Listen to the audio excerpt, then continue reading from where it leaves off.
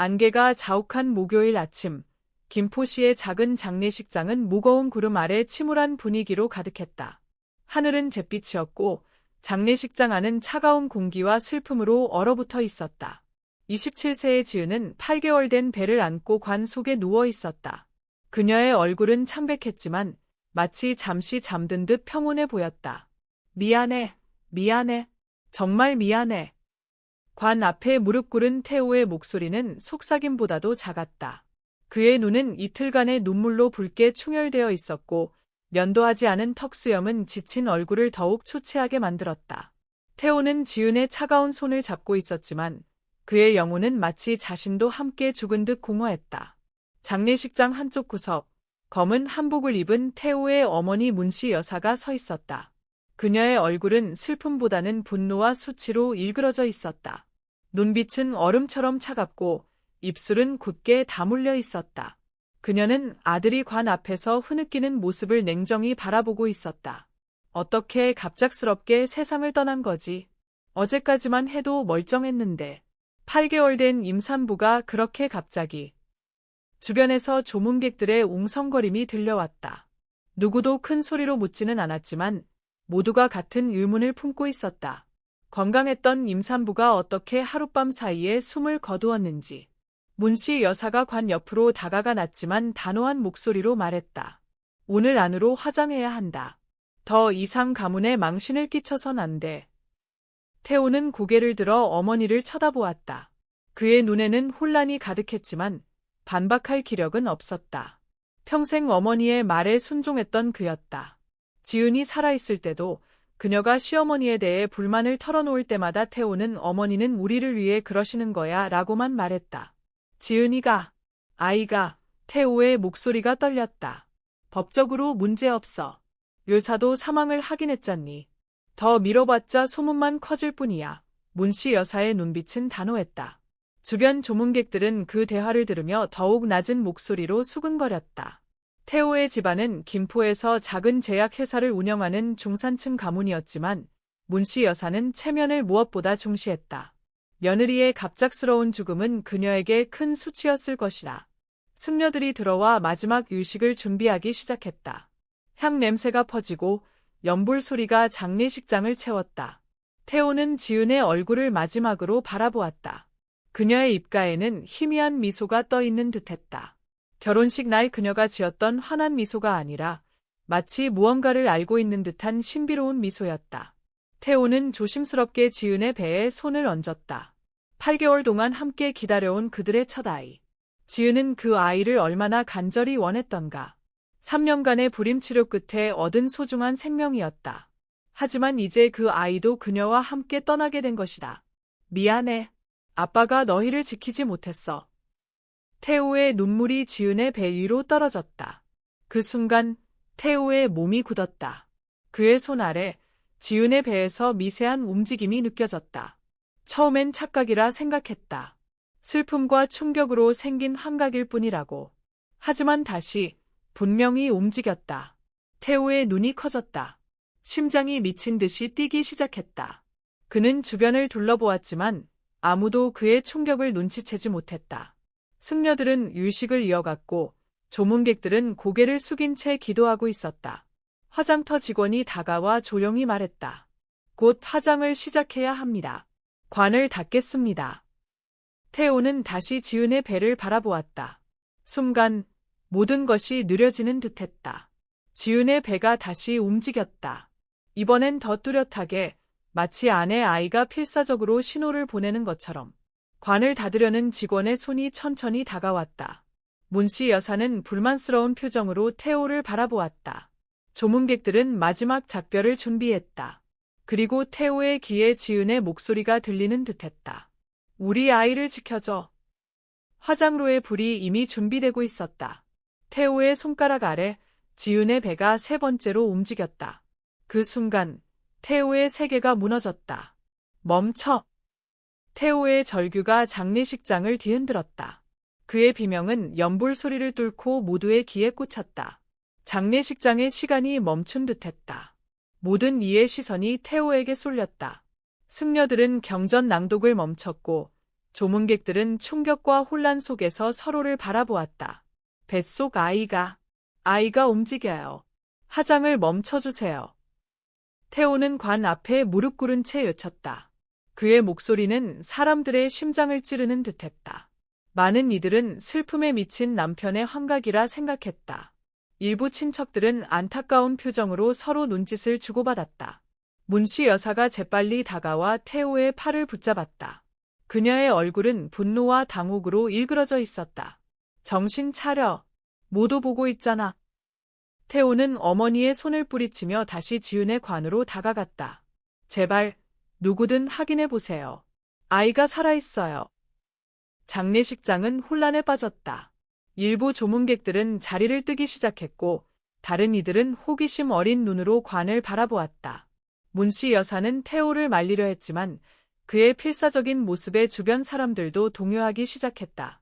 그때 지은의 친구 민지가 용기를 내어 앞으로 나섰다. 잠시만요. 태호 씨 말이 맞을 수도 있어요. 확인해 봐야 하지 않을까요? 문씨 여사가 민지에게 날카로운 시선을 던졌다. 넌 누구야? 감히 끼어들어. 이건 우리 가족 일이야. 지은이는 제 절친이었어요. 민지의 목소리는 작았지만 단호했다. 그리고 그녀는 항상 건강했어요. 이렇게 갑자기 죽었다는 게 이상해요. 태호의 눈에 희망이 번쩍였다. 마침내 누군가가 그의 말을 들어주고 있었다. 제발, 확인만 해보자고요. 내가 미쳤다면 그때 화장해도 되잖아요. 그의 말이 끝나기도 전에 모두가 볼 수 있는 움직임이 관 안에서 일어났다. 지은의 배가 살짝, 하지만 분명히 올라갔다가 내려갔다. 장례식장이 얼어붙었다. 살아있어. 한 조문객이 숨을 삼켰다. 살아있어. 다른 이가 속삭였다. 화장터 직원도 충격에 빠져 관을 바라보았다. 20년 경력 동안 이런 일은 처음이었다. 태호는 즉시 관으로 달려가 지은의 맥박을 확인했다. 없었다. 그녀의 피부는 차갑고 창백했다. 하지만 아이는 분명 살아있었다.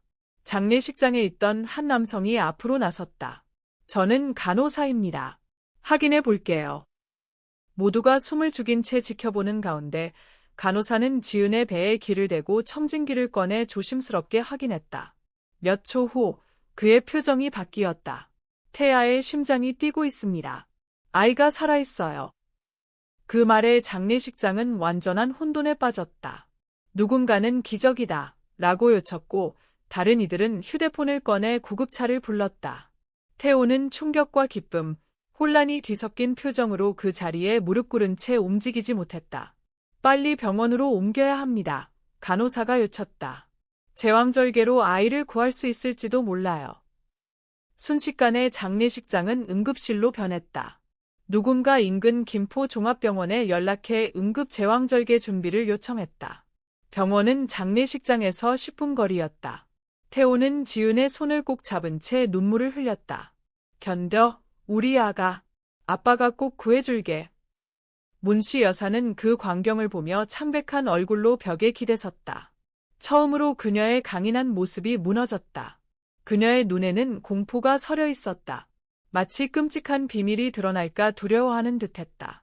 구급차가 도착하고 의료진이 지은의 관을 조심스럽게 들거들어 옮겼다. 태호는 한시도 지은의 손을 놓지 않았다. 그의 마음속에는 슬픔과 희망이 뒤엉켰다. 아내는 돌아오지 않을 것이다. 하지만 그들의 아이, 그들이 그토록 원했던 생명은 아직 살아있었다. 제발 살아있어줘. 태호는 구급차 안에서 지은의 배에 대고 속삭였다. 구급차가 사이렌을 울리며 장례식장을 떠났다. 남겨진 조문객들은 믿을 수 없는 광경에 충격에 빠져 있었다. 무엇이 일어났는지, 어떻게 이런 일이 가능한지 아무도 이해할 수 없었다. 민지는 눈물을 흘리며 태호를 따라 병원으로 향했다. 그녀의 머릿속에는 지은이 마지막으로 보낸 문자가 맴돌았다. 민지야, 나 무서워. 시어머니가 나한테 뭘 마시게 한 것 같아.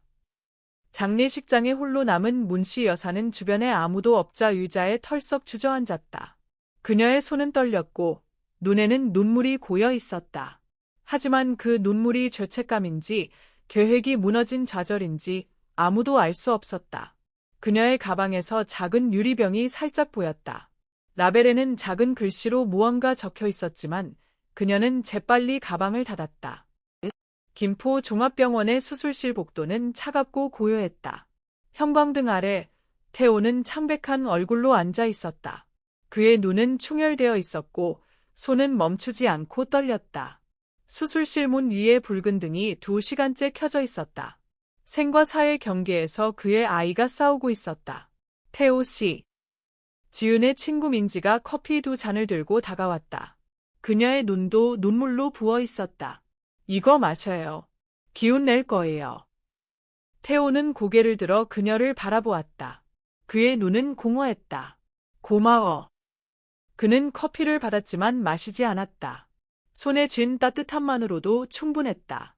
지은이한테 무슨 일이 있었던 거예요? 민지가 조심스럽게 물었다. 그녀의 목소리에는 두려움과 유심이 섞여 있었다. 태호는 깊은 한숨을 내쉬었다. 모르겠어. 그날 밤 어머니가 우리 집에 오셨어. 차를 마시고 나서 지은이가 갑자기 가슴이 아프다고 그의 목소리가 떨렸다. 아침에 일어났을 때 이미 민지의 눈에 눈물이 고였다. 지은이가 마지막으로 나한테 문자를 보냈어요. 시어머니가 뭔가를 마시게 했다고. 태호의 눈이 커졌다. 뭐라고? 그 순간 수술실 문이 열리고 율사가 나왔다. 태호와 민지는 즉시 자리에서 일어났다. 율사의 표정은 읽기 어려웠다. 그는 마스크를 내리며 깊은 숨을 내쉬었다. 박태호 씨, 율사가 물었다. 네, 제가 남편입니다. 태호의 심장이 빠르게 뛰기 시작했다. 율사는 잠시 침묵했다. 그 순간이 영원처럼 느껴졌다. 기적이 일어났습니다. 태호의 눈에서 눈물이 흘렀다. 아이가? 네, 아이는 살아있습니다. 여자아이예요. 율사의 입가에 미소가 번졌다. 25년 율사 생활 중 이런 경우는 처음입니다. 어머니의 심장이 멈춘 지 몇 시간이나 지났는데도 태아가 생존할 확률은 거의 없죠. 하지만 이 아이는 정말 강하네요. 태호는 그 자리에 무릎을 꿇었다. 눈물이 그의 얼굴을 타고 흘렀다. 슬픔, 기쁨, 후회, 희망이 한꺼번에 밀려왔다. 민지는 그의 어깨에 손을 얹고 함께 울었다. 아이는 지금 신생아 중환자실에 있습니다. 체중이 많이 부족하고 호흡곤란이 약간 있지만 생명에는 지장이 없습니다. 율사의 목소리가 이어졌다. 정말 기적입니다. 태호는 천천히 일어났다. 그의 다리는 여전히 떨렸다. 아이를 볼 수 있을까요? 잠시 후에요. 지금은 안정이 필요합니다. 율사가 말하며 잠시 망설이다 작은 봉투를 꺼냈다. 그리고 이건 부인의 옷에서 나온 겁니다. 아마 당신에게 전하고 싶었던 것 같아요. 태호는 떨리는 손으로 봉투를 받았다. 지은의 필체로 쓰인 그의 이름이 보였다. 그의 심장이 무거워졌다. 가보겠습니다. 곧 간호사가 아이를 볼 수 있도록 안내할 겁니다. 율사는 고개를 숙이고 수술실로 돌아갔다. 태호는 병원 의자에 천천히 앉았다. 봉투를 열기가 두려웠다. 그것은 지은의 마지막 말, 마지막 생각일 터였다. 민지는 조용히 옆에 앉았다. 용기를 내요. 그녀가 속삭였다. 태호는 깊은 숨을 들이쉬고 봉투를 열었다. 접힌 종이 한 장이 들어 있었다. 지은의 깔끔한 필체로 가득 찬 편지였다. 그는 천천히 읽기 시작했다. 별표 별표 사랑하는 태호에게 별표 별표. 만약 내가 이 편지를 읽고 있다면 나는 더 이상 이 세상에 없을 거야. 미안해. 내가 너와 우리 아이를 혼자 두고 가게 되어서. 하지만 알아야 할 게 있어. 어머님을 믿지 마. 그녀는 나를 미워해. 처음부터 그랬어. 내가 내 아이를 가진 후로 더 심해졌어. 어머님은 내가 너를 빼앗았다고 생각해. 나는 두려워. 매일 밤 어머님이 우리 집에 올 때마다 내 심장이 멎을 것 같아. 만약 우리 딸이 태어난다면 제발 그녀를 내가 꿈꿔왔던 모든 사랑으로 키워줘. 그녀에게 은서라는 이름을 지어주고 싶어. 은혜로운 새로운 시작이라는 뜻이야. 우리 은서가 너에게 새로운 시작이 되길 바래.